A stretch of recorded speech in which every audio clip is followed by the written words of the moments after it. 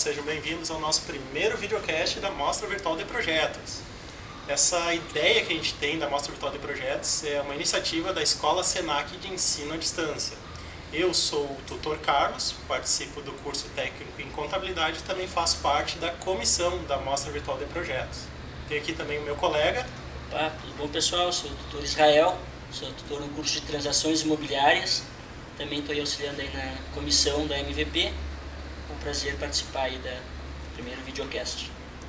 Olá, pessoal. Meu nome é Jaísa. Sou tutora do curso técnico de administração. Também faço parte da comissão da Mostra Virtual de Projetos. Estamos aqui hoje para conversar um pouquinho e contribuir na formação de vocês. Olá, pessoal. Eu sou a Ariane. Eu sou tutora do curso de administração e também faço parte da comissão da Mostra Virtual de Projetos. Sejam todos bem-vindos no nosso bate-papo de hoje. Legal! Já nos apresentamos, então agora a gente vai iniciar um bate-papo bem interessante sobre dois assuntos bem interessantes que fazem parte, da temática de construção da Mostra Virtual de Projetos, dos alunos que estão participando atualmente. Primeira etapa que a gente vai falar, o assunto que a gente vai elaborar, é sobre perfil de usuário. Muitas vezes uma temática bem complicada para a maioria das empresas de conseguir fazer um mapeamento. Então eu gostaria de perguntar agora para vocês o que seria, na opinião de cada um, começando primeiro aqui com o Israel, o que seria o perfil de usuário na tua visão? Eu entendo que o perfil de usuário é uma característica que a gente possa definir o principal público, características que o nosso público-alvo tem em comum, né? Seria o principal público daquela empresa. Então, isso ajuda a empresa a traçar várias estratégias para identificar a necessidade desse perfil e como atender ele, né? Eu costumo, a gente vai falar um pouquinho depois também da dor do cliente, né? E isso é bem interessante porque se eu entendo o meu perfil e eu consigo mapear a dor desse perfil, do meu público, né? Entendo as necessidades, entendo as dores, eu consigo identificar qual a solução que vai atender essas necessidades, né? E aí muitas vezes gerar valor, a gente tem aquele conflito aí da características, vantagens e benefícios, né? Entender qual o benefício o meu produto, a minha solução gera para aquele cliente, mas se eu só sei isso, se eu souber o perfil dele, né? Se eu mapear bem esse perfil. Então acho que é preponderante, importantíssimo para a gente conseguir atender os clientes. E claro, dentro da nossa amostra, acredito que seja de crucial importância para a gente conseguir mapear bem a solução e apresentar uma solução que o cliente queira comprar. Depois a gente vai testar em outras etapas, como no protótipo, né? Perfeito, ótima visão. Agora eu vou questionar para a Jaísa, o que tu acredita que seria o perfil do usuário, assim, até como uma dica assim, para os alunos, né, que estão nessa etapa atualmente, né, iniciando, né, esse mapeamento. O que tu passaria assim, da tua visão? O perfil do usuário é justamente a gente olhar as características, comportamentos, atitudes, tentar entender o usuário padrão, o usuário ideal, vamos assim dizer, do modelo de negócio que a gente está criando, né? Se eu estou criando uma solução de um produto ou de um serviço, eu vou tentar entender para quem eu estou criando essa solução, para quem precisa dessa solução e quem vai consumir, né, esse meu produto ou esse meu serviço. Então, tentar entender essas características desse cliente ideal, né? Pode ser um comportamento, pode ser até mesmo características psicológicas dele, né? Ou o que ele consome, o que ele vê no dia a dia, o que compõe, né, o pensamento, o que faz ele consumir, o que faz deixar ele de consumir. Então, tentar entender essa pessoa, esse cliente ideal que a gente tem em mente para conseguir fazer estratégia de marketing, estratégia de venda, tentar atingir esse nosso público-alvo da melhor forma possível, né?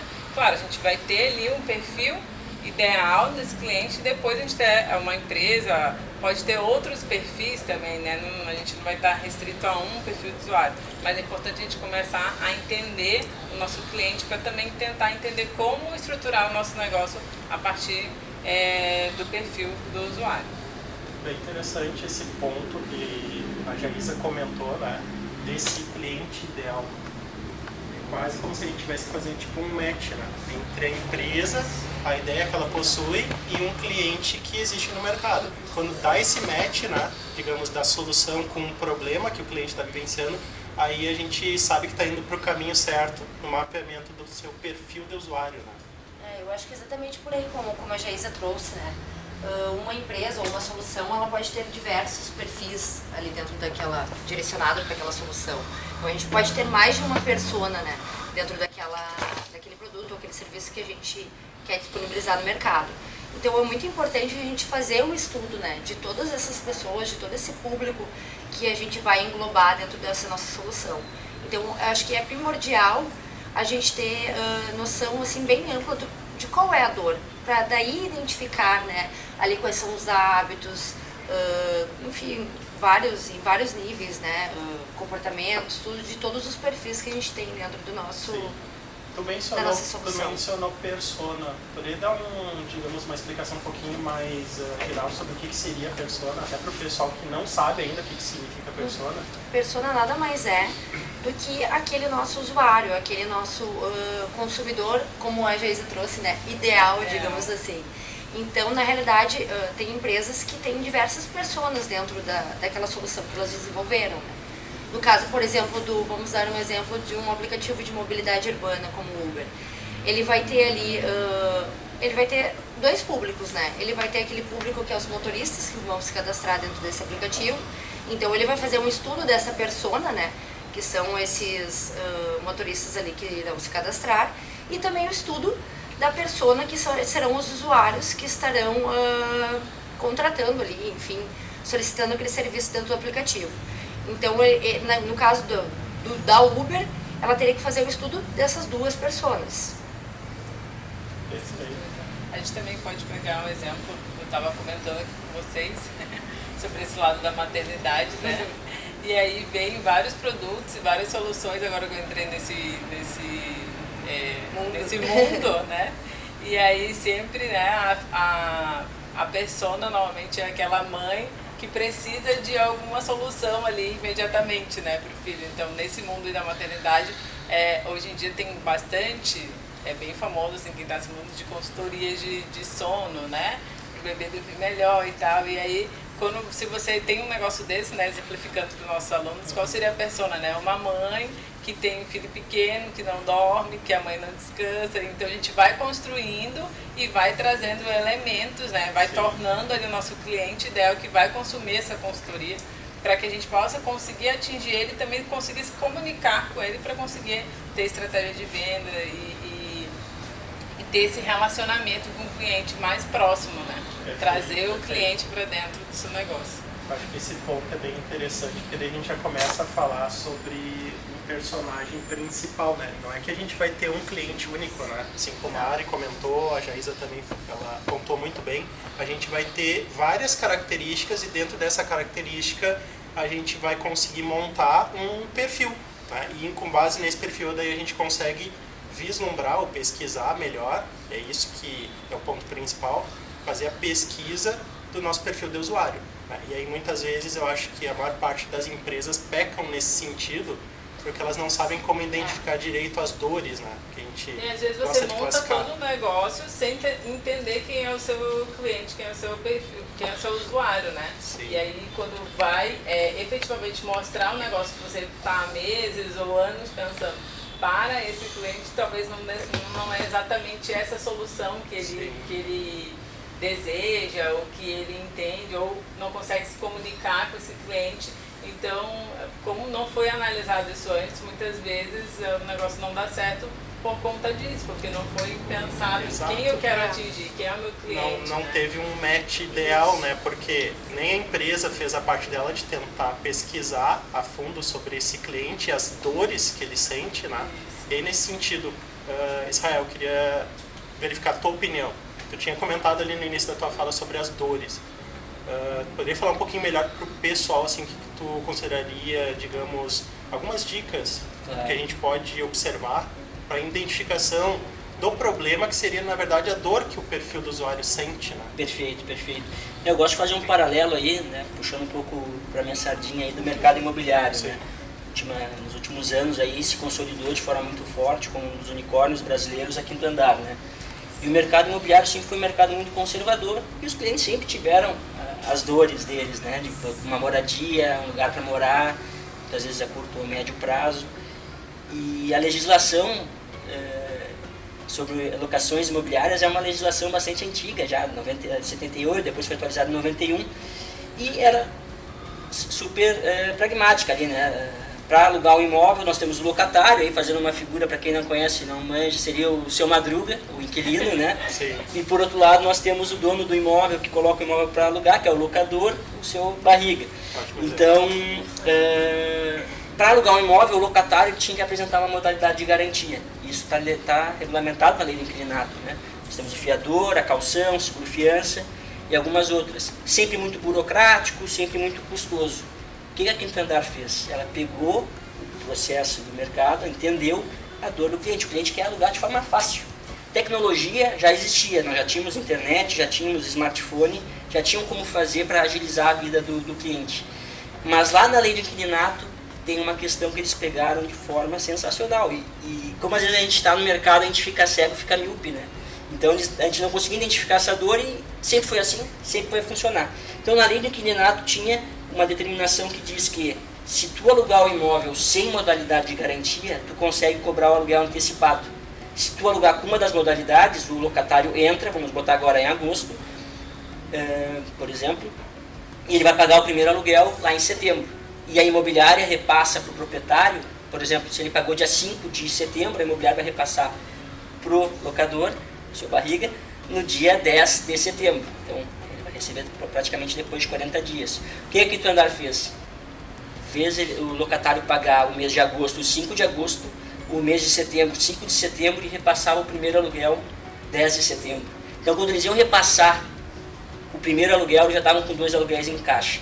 E aí, em retaguarda, né, eles tiveram que fazer uma análise cadastral mais rigorosa para minimizar as chances de inadimplência e uma cobrança também mais rigorosa. Então, eles entenderam essa dor. Então, às vezes a gente fica míope, né? Então, é importante ter essa visão estratégica, parar um pouco, sair um pouco da nossa rotina, né? Que às vezes é difícil.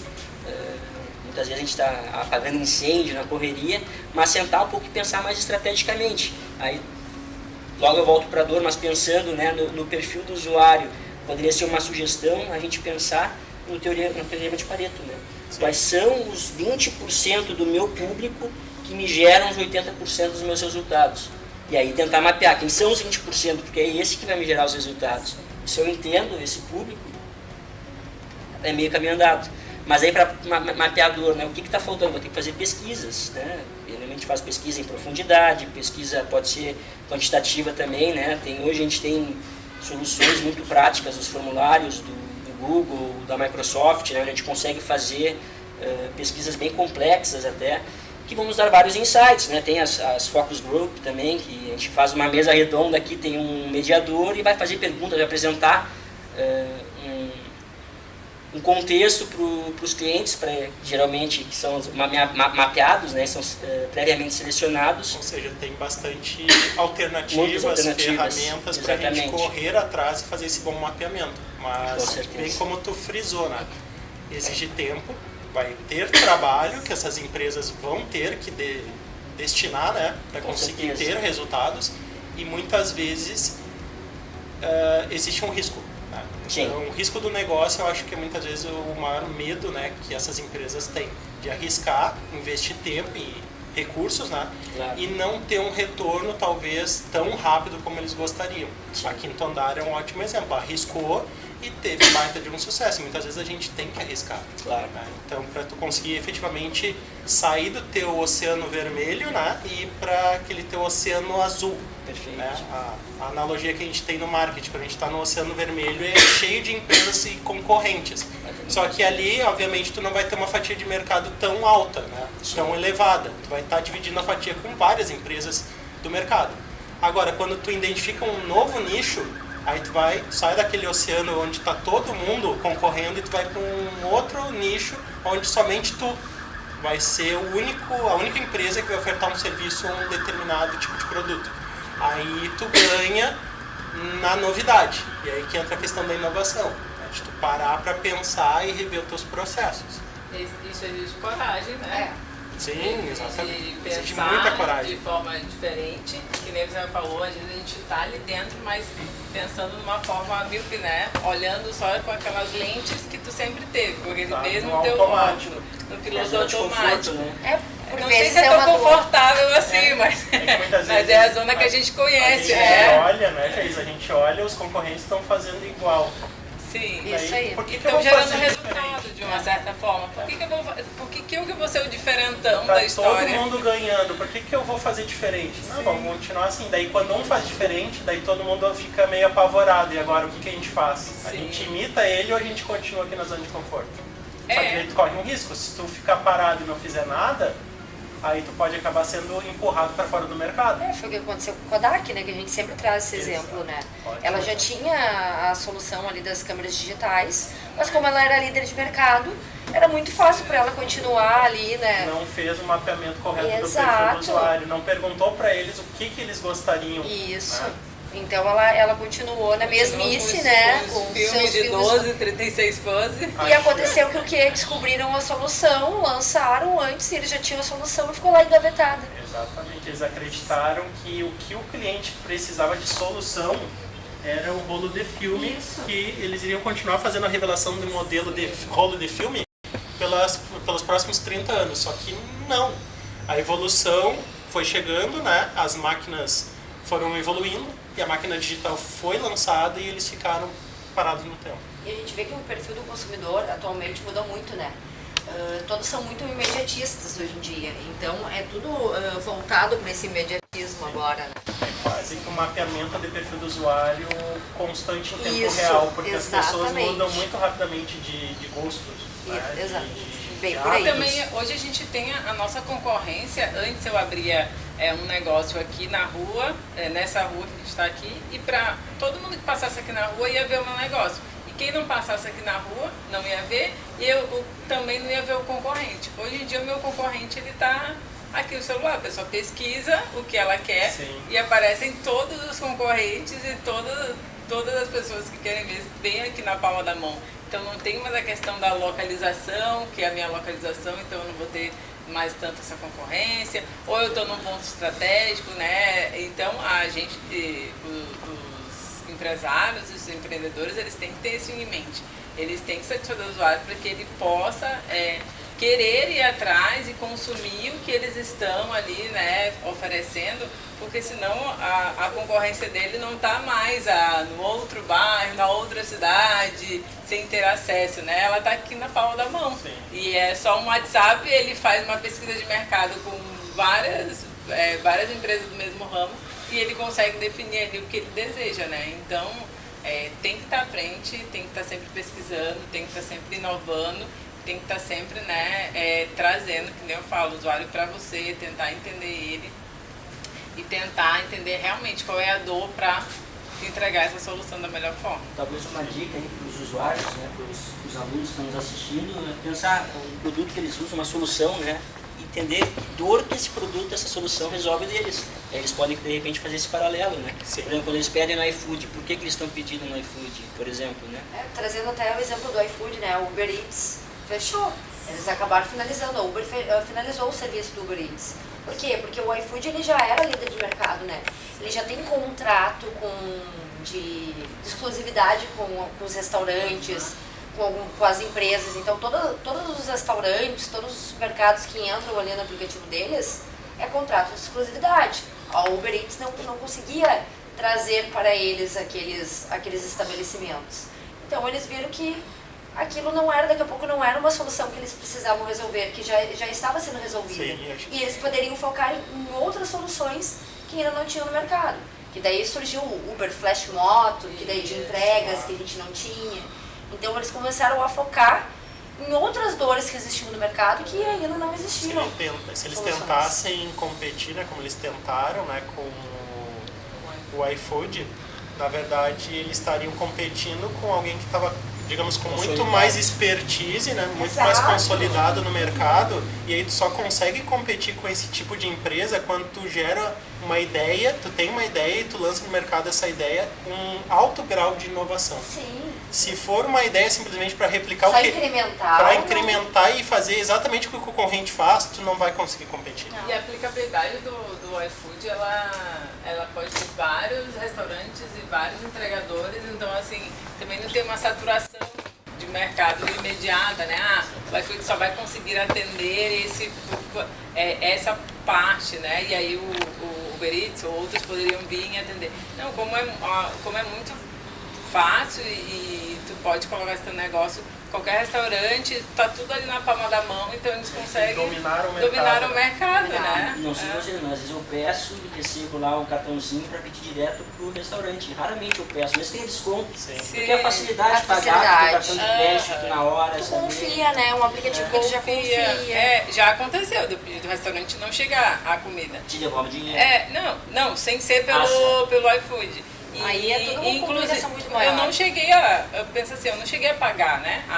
Eu ia pagar quando o restaurante entregasse. Mas olha o desgaste, fiquei 2 horas esperando, não pedi de outro lugar, Sim, era meu jantar, fome. fiquei com fome, daí depois de 2 horas eu tentando entrar em contato com o restaurante, daí ele, não... Então, querendo ou não, a gente tem ali no iFood, a gente acompanha, né? Seu pedido foi entregue, seu pedido está saindo, foi confirmado, então tem E mesmo o entregador sendo do restaurante, eles têm esse controle. Eles têm esse controle. Que não acontece no Rappi, né? Isso que a Jaísa comentou é legal, assim, porque a gente começa a ver a jornada do usuário, desde que ele faz o pedido até o momento que ele recebe a entrega dele na residência. E aí a gente verifica pontos de atenção, ou seja, onde ocorrem as dores, os problemas, né? E aí a empresa que consegue analisar isso, identificar, ela está fazendo o mapeamento do perfil do usuário e ela consegue propor soluções. E o iFood ainda te permite que o usuário dê um feedback e a empresa saiba, eu demorei no sabor, a fome que chegou, fria a comida. Sim. Ou o entregador do iFood não está atendendo, daqui a pouco ele vai para um entregador próprio para entregar mais rápido. Mas vamos deixar bem claro que isso foi evoluindo ao longo do tempo, né? Claro. Então eles não entregaram uma solução já pronta como é hoje. Exatamente. Então eles foram devagar acrescentando ali funcionalidades Mas Ari, e sabe trazendo qual é o detalhamentos. problema quando a empresa ela simplesmente ela entra na zona de conforto. Ela simplesmente, a gente dominou o mercado, e aí ela para. E aí vem um concorrente e começa a fazer o que ela deveria estar fazendo, né? Que é analisar Exatamente. o perfil do usuário e onde eles estão reclamando. Entenderam? Bom que ela está fazendo isso, porque daí ela se mantém líder. Eu acho interessante também que é interessante esse exercício de a gente entender qual a dor o aplicativo está solucionando para nós, mas também a gente não pode ficar míope e achar que a nossa dor é a dor de todo mundo. Isso. Muito pode importante Esse é um isso. ponto interessante até para os alunos que estão nos assistindo, é achar a minha opinião, ela é super válida, mas é a minha visão do produto ou do serviço que eu estou utilizando. Até porque, por vezes, a gente tem uma paixão por aquilo que a gente Exatamente. quer solucionar. E aí, a isso- gente acaba ficando míope, cegos, né, em Exatamente. relação Isso a... faz aumentar, digamos, uma dor que talvez para o Israel não seja uma dor tão relevante, mas para mim é. Será que realmente faz sentido? Como é que eu vou identificar? Eu vou ter que ir a campo para ver. Por isso. É importante pesquisa, É. né? Às vezes a gente vê alguns alunos de outras mostras de usuários vêm, eu fiz uma pesquisa com 3, 4 Sim. pessoas.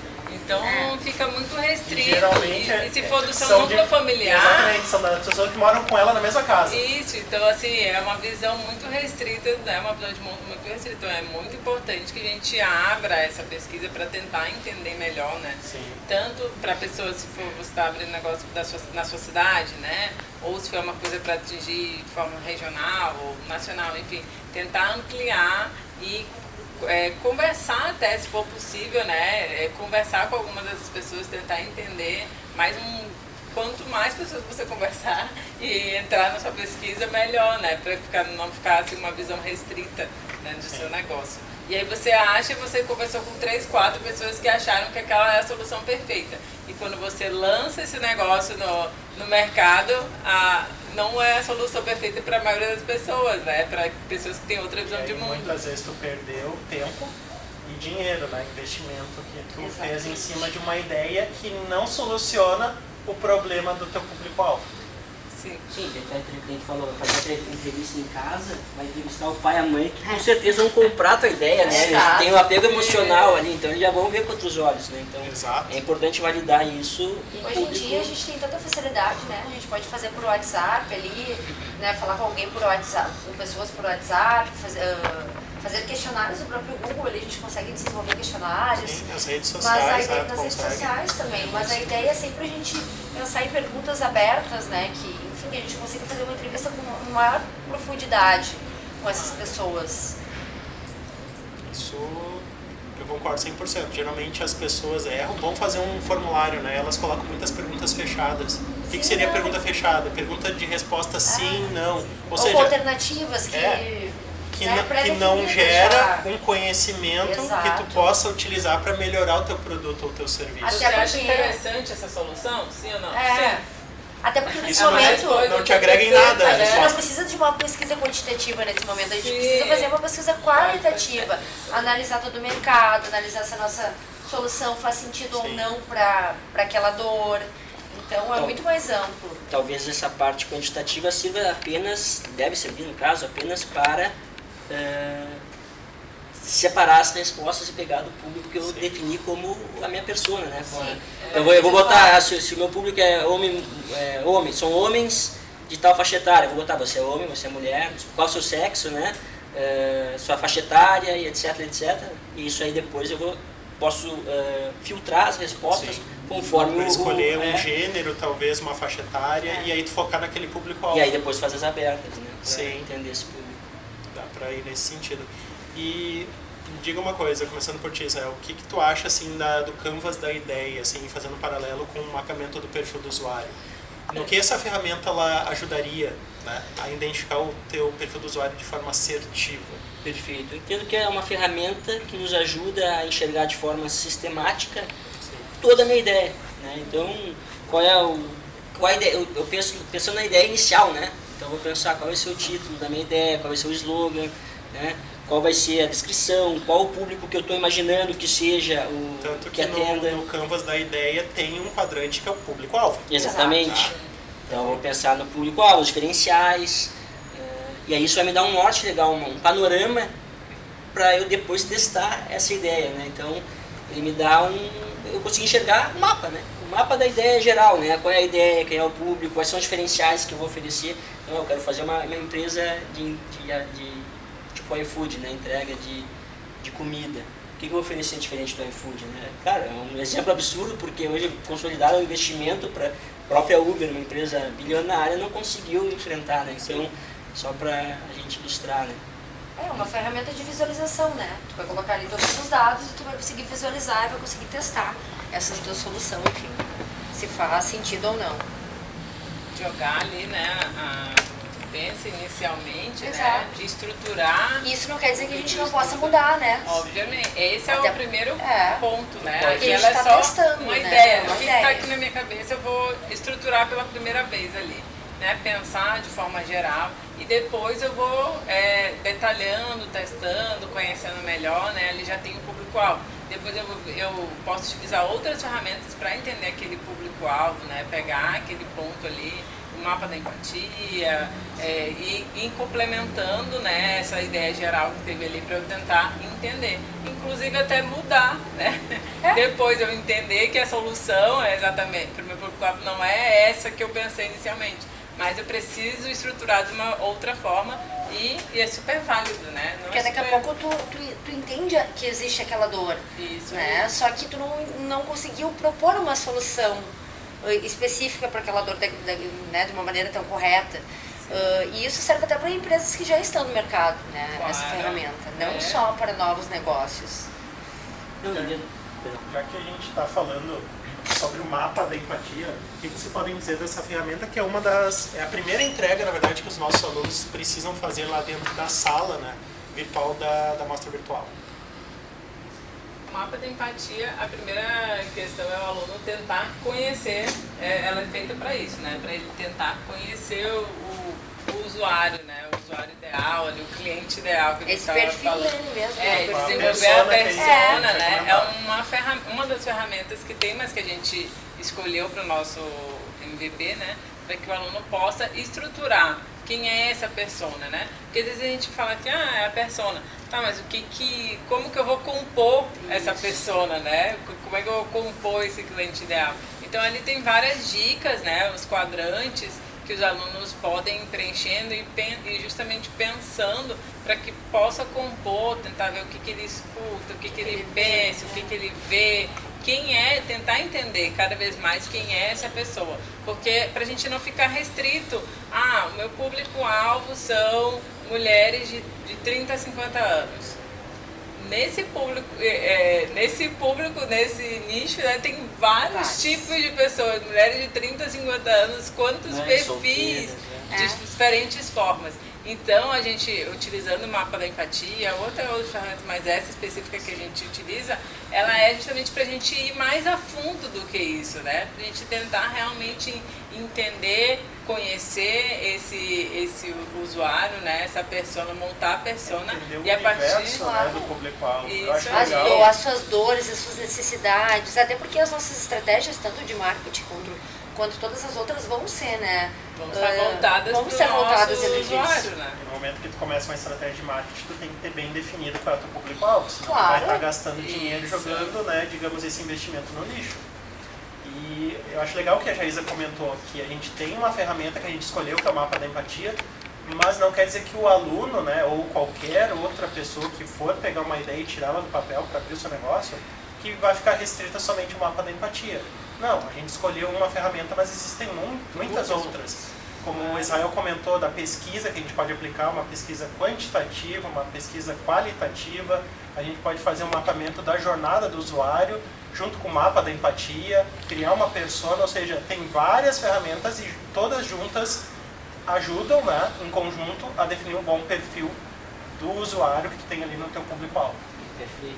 Eu acho que essas ferramentas também nos dão subsídios para pesquisar e validar, né? Sim, então, o mapa, o canvas da ideia, se a gente for pegar ele, a gente consegue criar uma solução para um público. Na pesquisa eu consigo testar se essa solução seria adotada ou seria bem aceita para esse público. E se for, eu posso, eu estou validando, esse público, esse perfil de usuário é o meu público de fato. Se não for, eu posso fazer correções e abandono, né? E aí procurou um outro nicho de mercado que faça mais sentido com o que eu estou propondo de solução. É super importante a gente falar, a Ari já comentou sobre isso, né? Que a gente, o nosso estudante, quem está participando com a gente no MVP, né? Vem com uma ideia de negócio e a partir disso a gente começa a trabalhar e a gente está aberto a errar, né, também. Pode acontecer. Esse é o momento. Esse é o momento. Você veio com uma ideia porque pensou que na sua casa, na sua cidade, enfim, né, naquelas pessoas que estão na sua volta, essa era a solução ideal. E quando a gente começa a utilizar essas ferramentas, estruturar a ideia, ter a orientação do mentor, ter também o nosso auxílio, nós como comissão também estamos aí prontos a ajudar os alunos. A gente também é o momento de errar, mudar, acertar, acrescentar, né? Para que a gente possa entregar aí realmente um modelo de negócio, né? Lá no final, ter um modelo de negócio que seja viável, né? Que seja sustentável. Porque o que a gente via, né? Enfim, as empresas se estruturando setores, estruturando todo, enfim, produtos, serviços, né? Fazendo todo o seu plano de negócios e na hora de vender, né, de comercializar aquele produto ou aquele serviço, não fazia sentido, não existia uma dor para aquilo. Um ano pesquisando e aí para chegar à conclusão que não era aquilo que o cliente queria. Exato, então. Perderam tempo e perderam dinheiro. Tá? Logo, agora a gente tem todas essas ferramentas que podem nos auxiliar, né, a gente não precisar, né, não passar por isso. É o momento. Então, você aluno que está observando, está assistindo aqui a gente, está acompanhando, então você tem que meio que adotar a política, né, uma filosofia OLX, não se apegar à ideia que tu propôs. Porque muito provavelmente essa ideia ela vai sofrer modificações, tá? Ao longo do desenvolvimento do projeto que tu está construindo, junto com a ajuda do mentor. Então, é normal. A tua ideia não vai ser descaracterizada de modo algum, mas ela vai ser melhorada no que ela tiver que ser melhorada, certo? Então, tem que ficar com a mente aberta para esse sentido, né, de melhoria. Eu acho que esse é o ponto principal. Pessoal, eu gostei bastante assim, do bate-papo que a gente teve, né, sobre o perfil do usuário. Tá? A gente então vai finalizando esse primeiro bloco, né, sobre o perfil do usuário, e agora a gente vai daí iniciar na sequência o próximo assunto, que é bem legal e está interligado com o que a gente já conversou aqui inicialmente, que é sobre protótipo, tá? Então a gente vai conversar agora na sequência.